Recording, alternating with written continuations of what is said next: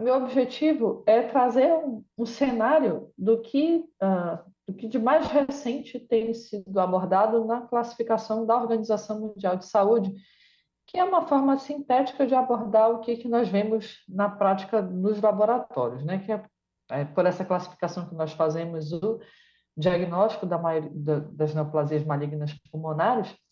E aí a classificação da OMS mais atual, né? Ela tem ela tem mais ênfase em testes genéticos do que a classificação de 2015. Se a gente, eu fiz a partir desse artigo aí da Journal of Thoracic Oncology, eu fiz um apanhado dos principais pontos do artigo para trazer aqui para vocês. Eles também separaram que a OMS ela hoje tem uma seção inteiramente dedicada à classificação das core biopsies, né, das pequenas amostras, e isso é fundamental porque no diagnóstico, na abordagem diagnóstica desses pacientes, as core biopsies são muito utilizadas. A OMS também tem uma recomendação de agora a gente documentar os, as porcentagens dos padrões histológicos nos adenocarcinomas não mucinosos invasivos e, além disso, é recomendado que seja utilizado apenas o componente invasivo para determinar o estadiamento patológico tumoral nos adenos não mucinosos, parcialmente lipídicos. Quarto ponto é o reconhecimento de um padrão de disseminação pelos espaços aéreos como uma característica histológica determinante de prognóstico, inclusive com o pior prognóstico. O carcinoma linfoepitelial foi modificado para ser agrupado dentro dos carcinomas de pequenas células. Também foi atualizado alguns conceitos em relação às neoplasias neuroendócrinas pulmonares. Foi inserida uma nova entidade, o adenoma bronquiolar ou tumor papilar muconodular ciliado, sendo uma nova entidade dentro dos adenomas. Também foi reconhecido o tumor indiferenciado deficiente em SMART-C4 torácico, como uma entidade, né, separada. E um ponto que é comum em todas as neoplasias abordadas na OMS é a inclusão de critérios diagnósticos essenciais, ou seja, critérios definidores daquela entidade e critérios desejáveis. Isso para o patologista facilita bastante. E isso tem sido uma marca das novas edições da Organização Mundial de Saúde. A OMS ela considera para a classificação dos tumores pulmonares essencialmente os padrões morfológicos apoiados pela imunistoquímica e as técnicas moleculares. São os padrões morfológicos que vão definir ao patologista e vão direcionar qual o melhor teste, como o Fábio tinha comentado, qual o melhor teste complementar a ser utilizado dentro do contexto clínico radiológico daquela lesão. Enquanto que a classificação de 2015 considerava que a imunistoquímica era essencial para que fosse feita uma classificação mais precisa, em 2021 nós temos maior ênfase ao longo de toda a classificação da Organização Mundial de Saúde nos avanços da patologia molecular. E o impacto clínico dessas atualizações da Organização Mundial de Saúde, eles têm sido demonstrados pela queda da mortalidade, especialmente entre 2013 e 2016, a mortalidade pelo carcinoma pulmonar de não pequenas células diminuiu mais rapidamente do que sua própria incidência. Acredita-se que isso deva ser ao fato de que o momento da aprovação da terapia-alvo, portanto, direcionada por essas novas classificações, tenham surtido um grande impacto na mortalidade desses pacientes. E aí, muito desse impacto na mortalidade depende de nós conseguirmos classificar com precisão os subtipos de carcinoma pulmonar, especialmente os de não pequenas células, discriminando entre os de pequenas células escamosas e não escamosas especialmente. Em relação às pequenas amostras, né, as core biopsies, a OMS tanto de 2015 quanto de 2021 traz uma seção para as core biopsies. O Fábio até comentou na palestra dele um pouco sobre como aproveitar, né, de que forma a gente pode aproveitar essas secções de uma forma mais eficiente. É interessante considerar que, mesmo em blocados celulares, ou seja, obtidos por punção por agulha fina, E os fregaços podem ser utilizados para testes, alguns testes moleculares, obviamente, desde que coletados de fato de amostras que contenham celularidade adequada. É muito, muito, muito importante para a nossa prática clínica e patológica e cirúrgica considerar com reservas os diagnósticos feitos em coreobiópsias. Eu entendo perfeitamente o afã, a necessidade de se dar um diagnóstico definitivo a partir de procedimentos minimamente invasivos, mas é importante lembrar que, especialmente em coreobiópsias, alguns diagnósticos não devem ser definitivamente fechados. Em especial, carcinoma de grandes células, carcinoma pleomórfico, carcinoma adenoescamoso, adenicito, minimamente invasivo, e os predominantemente lipídicos são os mais perigosos de a gente ver, de a gente fechar o diagnóstico através de coreobiópsias. Eu costumo dizer que a coreobiópsia é como se eu olhasse para dentro de uma sala pelo buraco de uma fechadura. Eu consigo ter uma ideia de boa parte da sala, mas é uma ideia. A representatividade ela vai depender, obviamente, do tamanho da lesão e da representação daquela lesão na ressecção cirúrgica. Isso também vale para a imunistoquímica. A imunistoquímica depende basicamente de celularidade. Não adianta, por exemplo, eu pegar uma amostra de coreobiópsia que eu pego grande parte, necrose, uma lesão, uma necrose tumoral, não adianta mandar aquele material para a imunistoquímica, porque a imunistoquímica vai ser praticamente inútil. E aí esse artigo ele traz uma, e aí é muito mais para os patologistas, né? Eu não vou torturá-los com isso, mas eles trazem umas terminologias que podem ser utilizadas nas coreobiópsias em comparação com aquilo que a gente vai esperar nas peças cirúrgicas. E aí os laudos das coreobiópsias elas devem ser feitas seguindo o seguinte racional: diagnóstico patológico, citológico, né, considerando a nomenclatura da OMS de 2021, os resultados de testes complementares, imunohistoquímica, com ou sem histoquímica para mucina, né?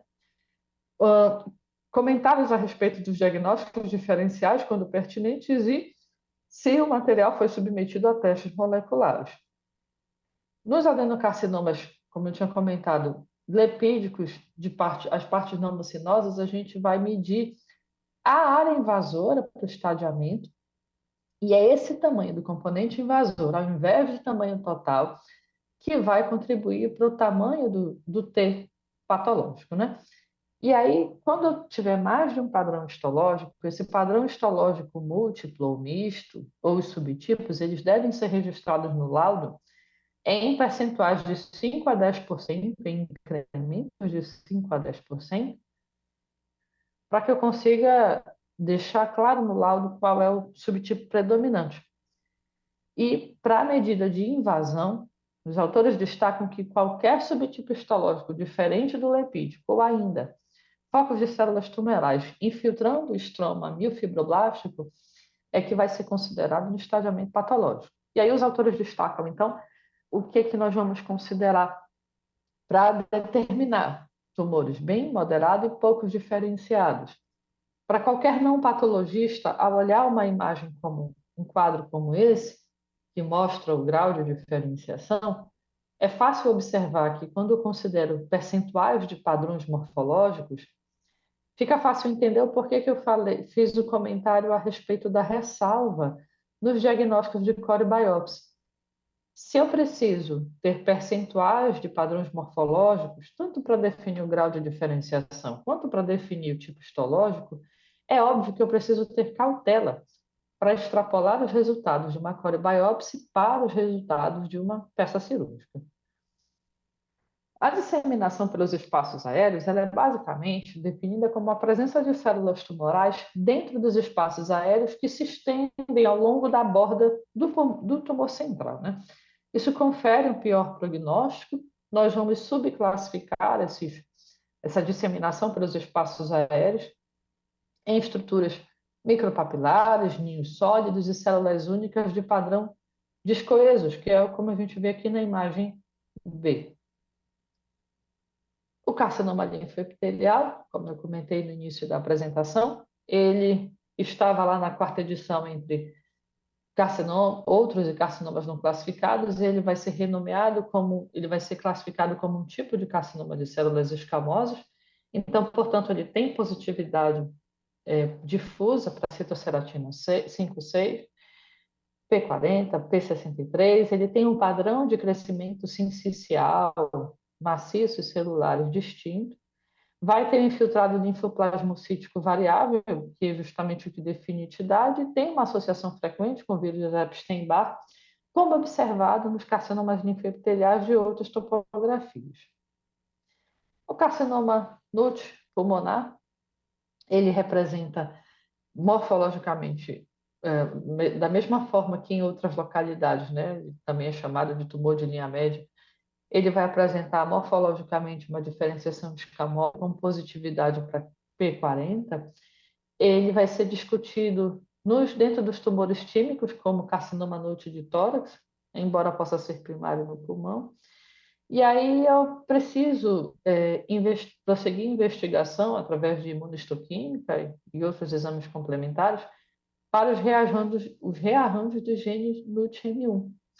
Eu vou fazer essa pesquisa especialmente quando as características clínicas do paciente são meio que incompatíveis com os carcinomas de células escamosas que a gente está habituado a ver. Então, idade jovem, história de tabagismo leve ou nunca fumante, vai valer a pena eu considerar como diagnóstico diferencial um multipulmonar. Então, essa é a característica morfológica dele. Ele tem folhas e ninhos de células tumorais pouco diferenciadas, né? E aí a imunistoquímica tem uma positividade nuclear positiva, forte e difusa para o anticorpo NUT e P40.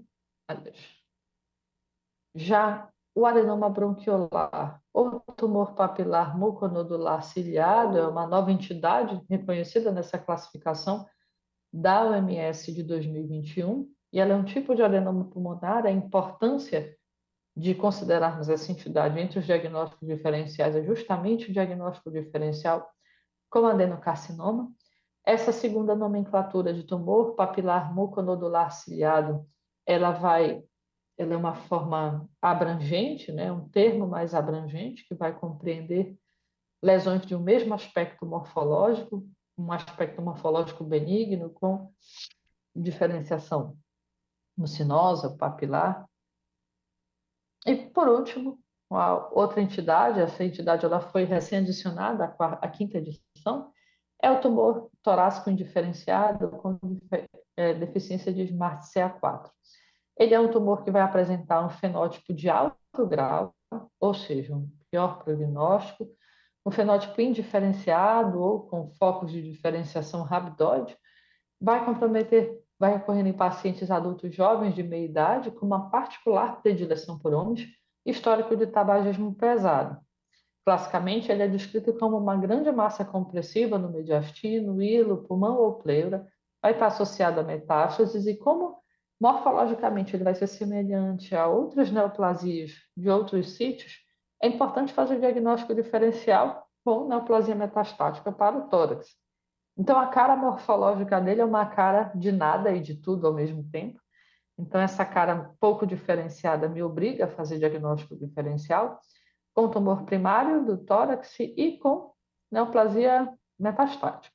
E aí, a imunistoquímica revelando a perda da expressão, do também chamado BRV1, marcando aí o diagnóstico. Bem, essencial para a vida prática. Vi os outros palestrantes comentando tanto sobre testes moleculares e sobre terapêuticas complementares e o que está sendo utilizado ah, no mundo aí fora daqui da tribo. E eu confesso que me dá uma angústia muito grande. Eu até mudei o último slide porque isso tudo me parece aqui como patologista de Manaus um mundo muito, muito, muito longe. A gente precisa fazer o básico bem feito. Nós, aqui em Manaus, a gente não tem oportunidade de fazer nem imunistoquímica de rotina ainda, infelizmente, que dirá testes moleculares, mas a gente tem a oportunidade de fazer o básico bem feito. E o básico bem feito, ele tem que começar pela fixação adequada, pela preservação do material, pela diminuição do tempo que esse material fica fora do formol, pela exigência obrigatória de formol tamponado a 10%. Parece loucura, parece primitivo, em 2023 eu ainda ter que trazer essa mensagem, mas é a realidade.